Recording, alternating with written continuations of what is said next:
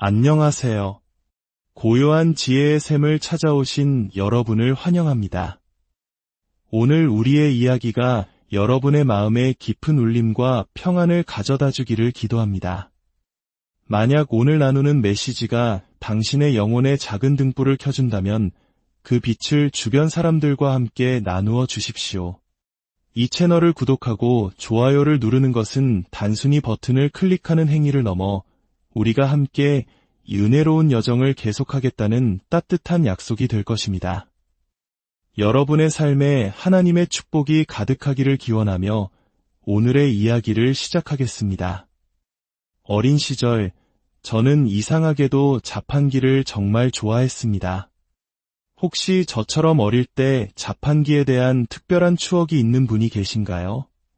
주머니에 100원, 500원짜리 동전 몇 개를 쥐고 자판기 앞에 서면 그 투명한 유리창 너머로 펼쳐지는 세상은 마치 보물 상자 같았습니다. 그 시절에는 지금처럼 화려한 음료가 많지 않았습니다. 하지만 캔커피나 밀키스, 혹은 달콤한 초코파이나 새우깡 같은 과자들이 진열된 모습을 보면 마음이 설레곤 했죠. 수많은 선택지 앞에서 어떤 것을 골라야 최고의 만족감을 얻을 수 있을지 신중하게 고민하고 전략을 세우던 기억이 납니다. 마침내 결정을 내리고 동전을 넣은 뒤 원하는 번호의 버튼을 누릅니다. 그러면 그 작은 금속 스프링이 징 소리를 내며 돌기 시작하죠. 내가 선택한 과자나 음료수를 앞으로 밀어내는 그 짧은 순간은 정말이지 숨막히는 긴장감의 연속이었습니다. 그리고 마침내 쿵 소리와 함께 아래로 떨어져 내 손안에 들어왔을 때의 그 기쁨이란, 저는 자판기를 정말 사랑했습니다. 하지만 혹시 이런 경험 해보신 적 없으신가요? 동전을 넣고 버튼을 누르고 스프링이 돌아서 내가 그토록 원하던 과자를 앞으로 밀어냈는데 그만 가장자리에 아슬아슬하게 걸려버리는 겁니다. 여러분도 이게 얼마나 끔찍한 일인지 아시죠? 자판기는 제 돈을 꿀꺽 삼켜버렸고 저는 완전히 속은 기분이 들었습니다. 사기를 당한 거죠.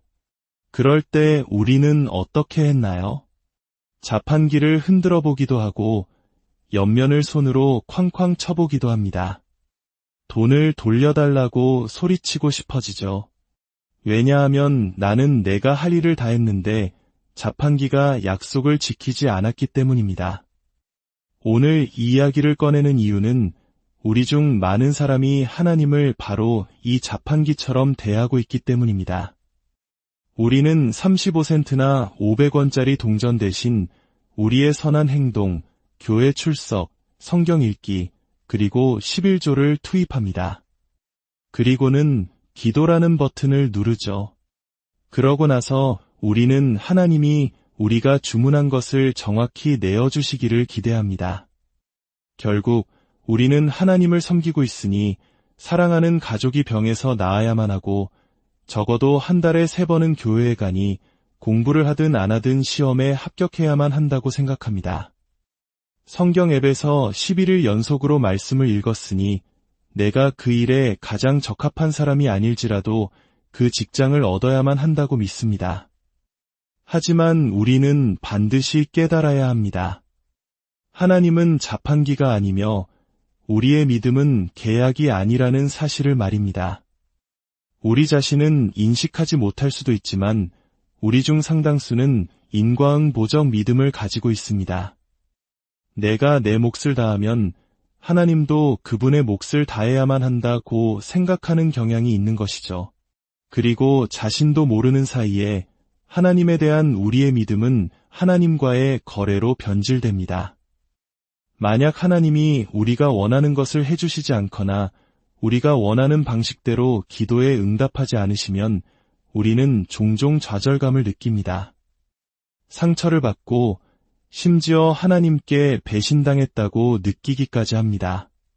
그래서 오늘 저는 우리 중 너무나 많은 사람을 진정한 믿음으로부터 멀어지게 만드는 가장 위험한 거짓말 중 하나를 드러내고자 합니다. 불행하게도 우리는 거래적 믿음이라고 부르는 거짓된 믿음의 희생양이 되곤 합니다. 거래적 믿음이란 무엇일까요? 바로 하나님이 우리에게 빚을 졌다고 믿는 것입니다. 내가 내 할 일을 하면 하나님도 그분의 할 일을 해야 한다. 이것은 불행히도 우리의 믿음에 대한 이해를 왜곡시키는 매우 유혹적인 거짓말입니다.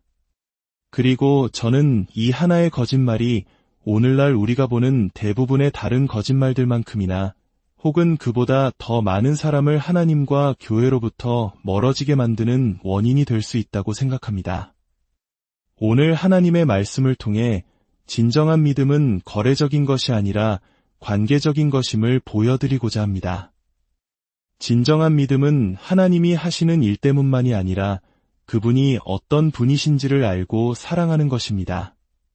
하나님에 대한 진정한 믿음은 거래가 아니라 관계입니다. 이 시간 우리 모든 교회에서 함께 기도했으면 합니다. 아버지 하나님, 부활하신 아들 예수님의 이름으로 간구합니다.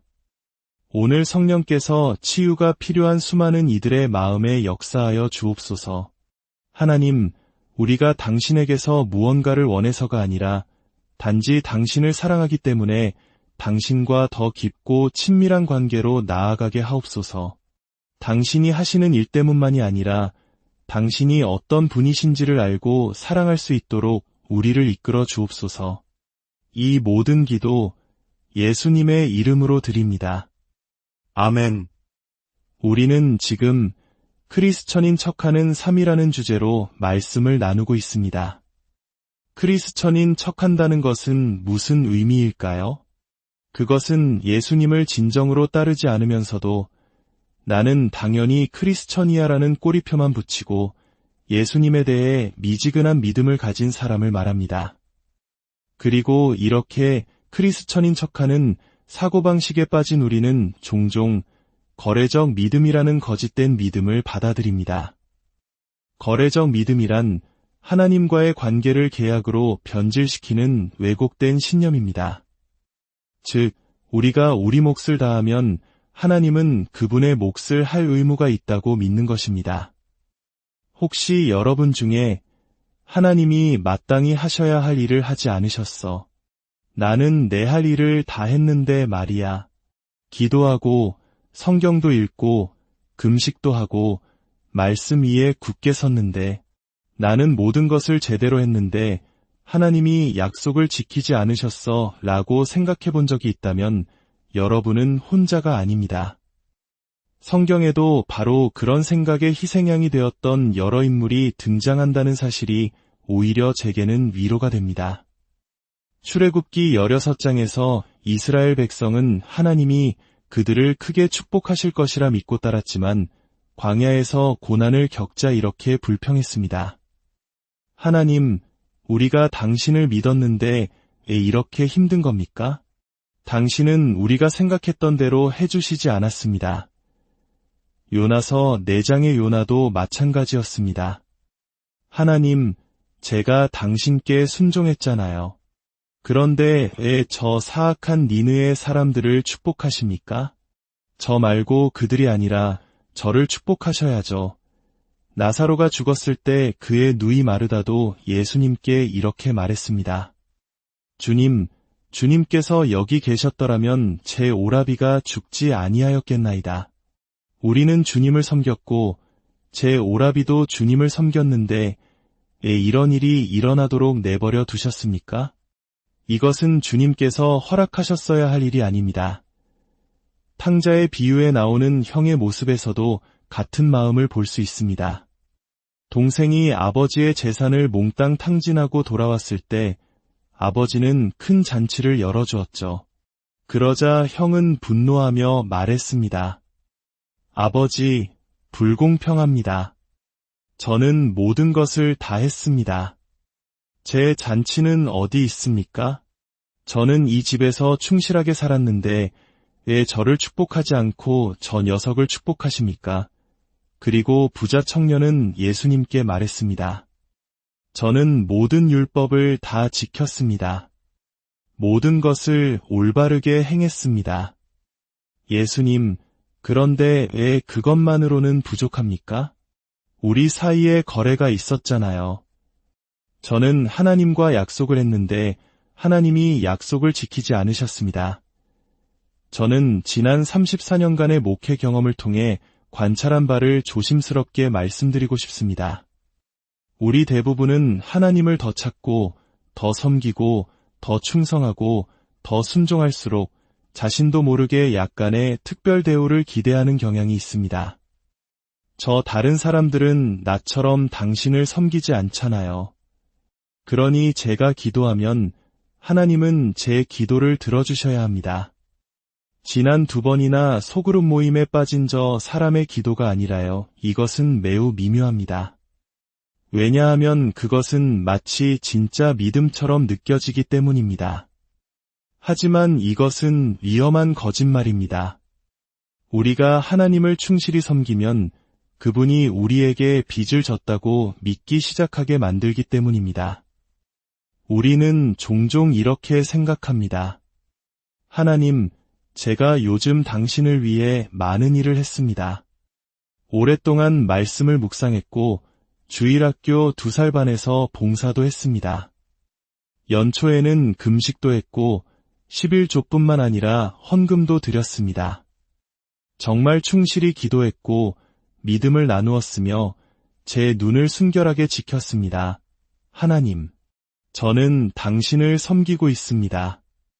제가 완벽하지 않다는 건 알지만 제가 가진 모든 것으로 당신을 영화롭게 하려고 정말 노력하고 있다는 것도 아시잖아요. 그런데 하나님, 왜 제 기도에 응답하지 않으시는 겁니까? 그리고 우리는 하나님과 논쟁을 시작합니다. 하나님, 저는 아이들을 교회에서 키웠는데 왜 지금 그 아이들이 당신을 떠나고 있습니까? 하나님, 저는 수년간 충실히 11조를 드렸는데 왜 아직도 월급날만 기다리는 빠듯한 삶을 살고 있습니까? 하나님, 저는 당신을 섬기며 성적으로 순결하게 살았습니다. 그런데 왜 제멋대로 살던 친구들은 다 결혼하는데 저는 아직도 혼자입니까? 하나님, 약속을 지키실 건가요? 우리는 반드시 이해해야 합니다. 진정한 믿음은 거래가 아닌 관계라는 것을, 그것은 하나님이 하시는 일 때문만이 아니라 그분이 어떤 분이신지를 알고 사랑하는 것입니다. 자, 이 중요한 문장을 함께 소리내어 말해봅시다. 진정한 믿음은 거래가 아닌 관계입니다. 그것은 하나님이 하시는 일 때문만이 아니라 그분이 어떤 분이신지를 알고 사랑하는 것입니다. 이제 저와 함께 이 기도를 드리길 원합니다. 눈을 뜨고 계셔도 좋습니다. 성경에도 예수님께서 깨어 기도하라고 말씀하셨으니까요. 특히 운전 중이시라면 절대로 눈을 감으시면 안 됩니다. 자, 이 기도를 함께 드립시다. 하나님, 당신을 알게 도와주소서. 당신이 하시는 일 때문만이 아니라 당신 자신이 어떤 분이신지를 알고 당신을 사랑하게 하소서. 잠시 멈추어 한 가지 짚고 넘어가고 싶습니다. 혹시 이전 설교를 주에 깊게 들으신 분이라면 이렇게 질문할 수 있습니다. 목사님, 지금 스스로 모순된 말씀을 하고 계신 것 아닌가요? 지난주에는 하나님의 언약적인 성품에 대해 말씀하셨잖아요. 기억나시나요? 모든 언약에는 하나님의 무조건적인 약속과 조건적인 축복이 있다고 했습니다. 하나님의 무조건적인 사랑, 아들 예수님을 보내주신 것은 무조건적인 약속입니다. 그리고 순종할 때 주어지는 조건적인 축복들이 있습니다. 그렇다면 우리가 순종할 때 하나님이 축복하신다면 그것이 바로 계약적이고 거래적인 것이 아닌가요? 라고 생각할 수 있습니다. 저는 그것이 계약적이지도 거래적이지도 않다는 것을 보여드리고 싶습니다. 그것은 사실 언약적이며 관계적입니다. 언약은 하나님과 우리 사이의 신성한 합의입니다. 중요한 것은 하나님께서 그것을 시작하신다는 점입니다. 우리가 거래를 만드는 것이 아닙니다. 하나님, 제가 이번 시험에 합격하게 해주시면 제가 오올 하겠습니다. 와 같은 방식이 아닙니다. 하나님께서 언약을 시작하십니다. 그렇다면 계약과 언약의 차이점은 무엇일까요? 이것은 매우 중요합니다. 계약은 거래적이고 일시적이며 법에 의해 강제됩니다. 반면에 언약은 관계적이고 영원하며 사랑으로 유지됩니다. 계약은 나는 당신을 모르고 당신도 나를 모르니 서로의 몫을 다하도록 계약서를 씁시다와 같은 상호 불신의 기반을 둡니다. 제가 오랫동안 임대주택을 운영해왔는데 새로운 세입자를 만날 때 우리는 서로를 모르기 때문에 계약서를 작성합니다. 집을 깨끗하게 제공해야 하고 세입자는 월세를 제때 내야 하는 의무가 있죠. 이것은 거래적이며 관계적이지 않습니다. 그런데 어느 날 저희 소그룹에 있던 한 자매님이 큰 어려움에 처했습니다. 살 곳이 없었죠. 저희에게 마침 비어있는 임대주택이 있어서 그분에게 무료로 머물 수 있게 해드렸습니다. 원하는 만큼 계셔도 괜찮아요. 모든 공과금은 저희가 내겠습니다. 이것은 완전히 다른 것이었죠. 이것은 거래가 아니라 관계였습니다. 하나님은 우리와 바로 이런 관계를 맺으십니다. 하나님의 사랑은 일시적인 계약이 아니라 무조건적인 언약적 사랑입니다. 그것은 제가 누군가의 집세를 내주는 것과는 비교할 수 없을 정도로 아름답고 관대합니다. 바로 그분의 아들을 보내시어 우리의 끔찍한 죄의 대가를 치르게 하신 것입니다. 놀라운 것은 하나님과의 언약적 관계는 우리가 우리 쪽의 약속을 지키지 않더라도 하나님은 그분의 약속을 지키신다는 것입니다. 성경은 이렇게 말씀합니다. 우리는 신실하지 못할지라도 주는 항상 신실하시니 자기를 부인하실 수 없으시리라. 이것이 바로 우리 하나님의 선하십니다. 이것은 계약이 아니라 관계적이고 언약적인 것입니다. 그러므로 우리는 하나님이 하시는 일 때문만이 아니라 그분이 어떤 분이신지를 사랑해야 합니다. 시편 63편에서 우리는 다윗이 하나님과 맺었던 깊고 친밀한 관계를 엿볼 수 있습니다.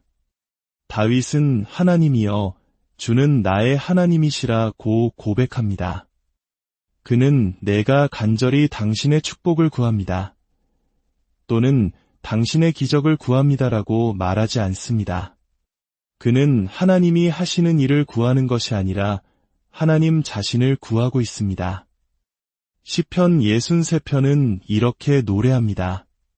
하나님이여 주는 나의 하나님이시라 내가 간절히 주를 찾되 내 영혼이 주를 갈망하며 내 육체가 주를 앙모하나이다.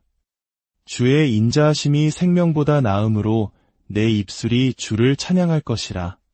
내가 나의 침상에서 주를 기억하며 새벽에 주의 말씀을 작은 소리로 읊조릴 때에 내가 주의 날개 그늘에서 즐겁게 부르리이다. 나의 영혼이 주를 가까이 따르니 주의 오른손이 나를 붙드시거니와. 이것은 정말 친밀한 언어입니다. 우리는 가장 친한 친구에게도 이렇게 말하지 않습니다. 이것은 거래나 계약의 언어가 아니라 깊고 친밀한 관계의 언어입니다. 그렇다면 우리가 하나님과 거래적 믿음을 가지고 있는지 어떻게 알 수 있을까요? 스스로에게 던져볼 3가지 질문을 드리겠습니다.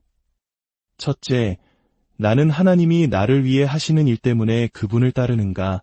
아니면 그분이 어떤 분이시기 때문에 따르는가?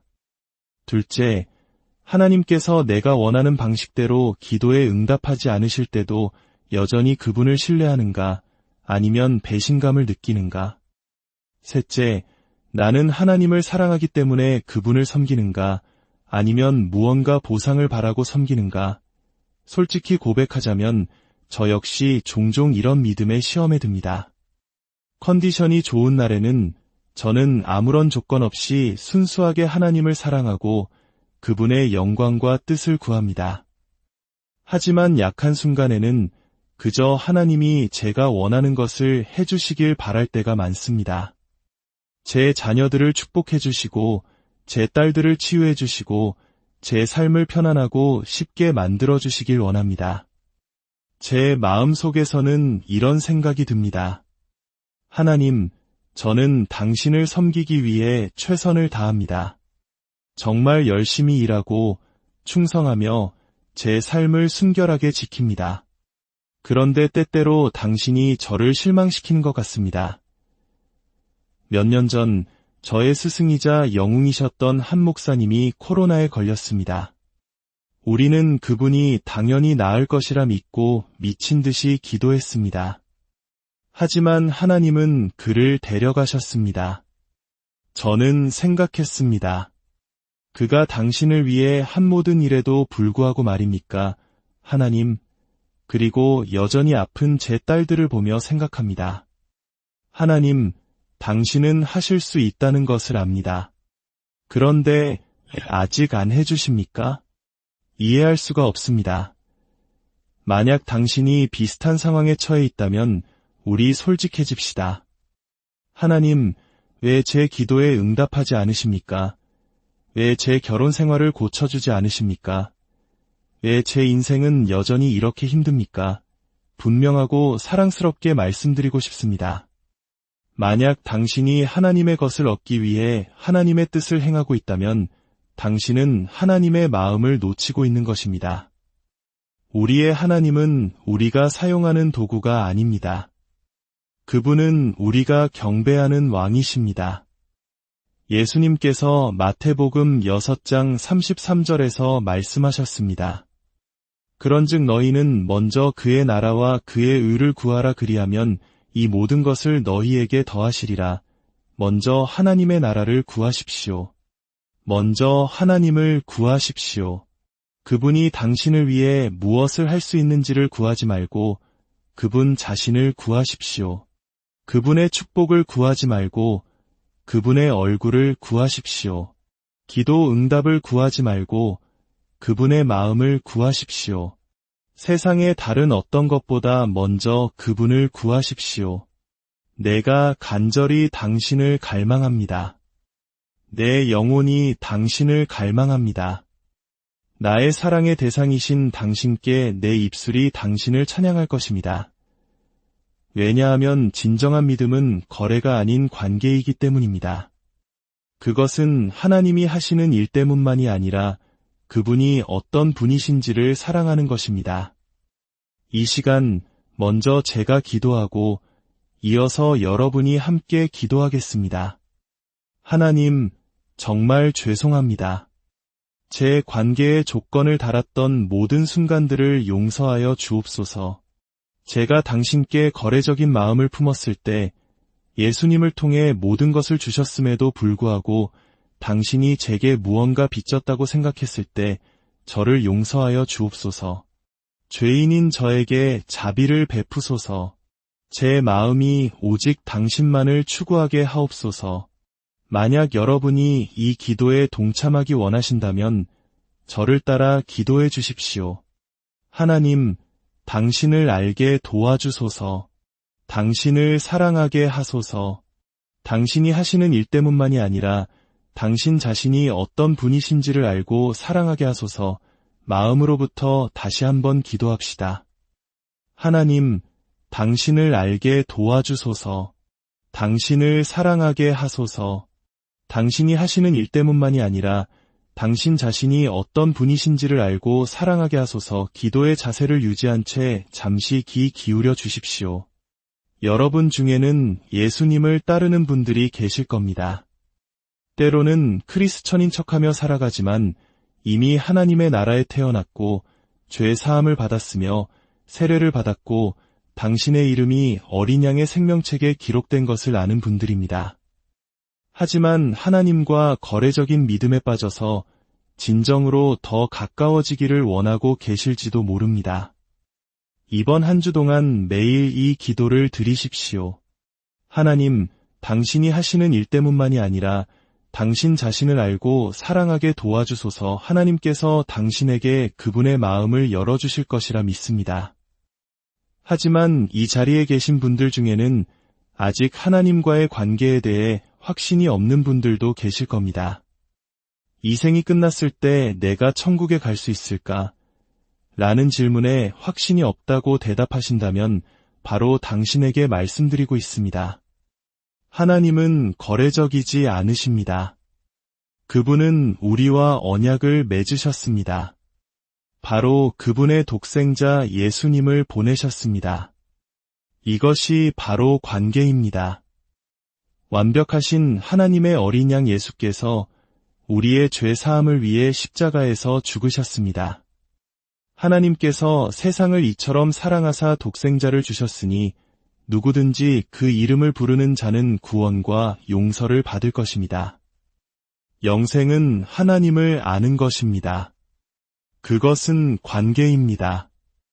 오늘 당신이 죄에서 돌이켜 그분을 향해 나아갈 때, 예수님의 이름을 부를 때 그분은 당신의 기도를 들으시고 모든 죄를 용서하시며 당신을 완전히 새롭게 하실 것입니다. 만약 이것이 당신의 기도라면, 당신의 삶을 그분께 드린다면 함께 기도합시다. 아무도 혼자 기도하지 않습니다. 하늘에 계신 아버지, 제 삶을 당신께 드립니다. 당신의 사랑과 우리와의 관계에 감사드립니다. 저를 위해 죽으시고 제가 당신을 알 수 있도록 예수님을 보내주셔서 감사합니다. 예수님, 저를 구원하소서. 저의 모든 죄를 용서하소서. 당신의 영으로 저를 채우셔서 제가 당신을 충실히 섬길 수 있게 하소서. 제 삶은 이제 제 것이 아닙니다. 당신께 드립니다. 당신이 하시는 일 때문만이 아니라 당신 자신이 어떤 분이신지를 알고 사랑하게 도와주소서. 새 생명 주심에 감사합니다. 저의 모든 것을 당신께 드립니다. 예수님의 이름으로 기도합니다. 아멘. 하나님의 가족으로 새로 태어난 모든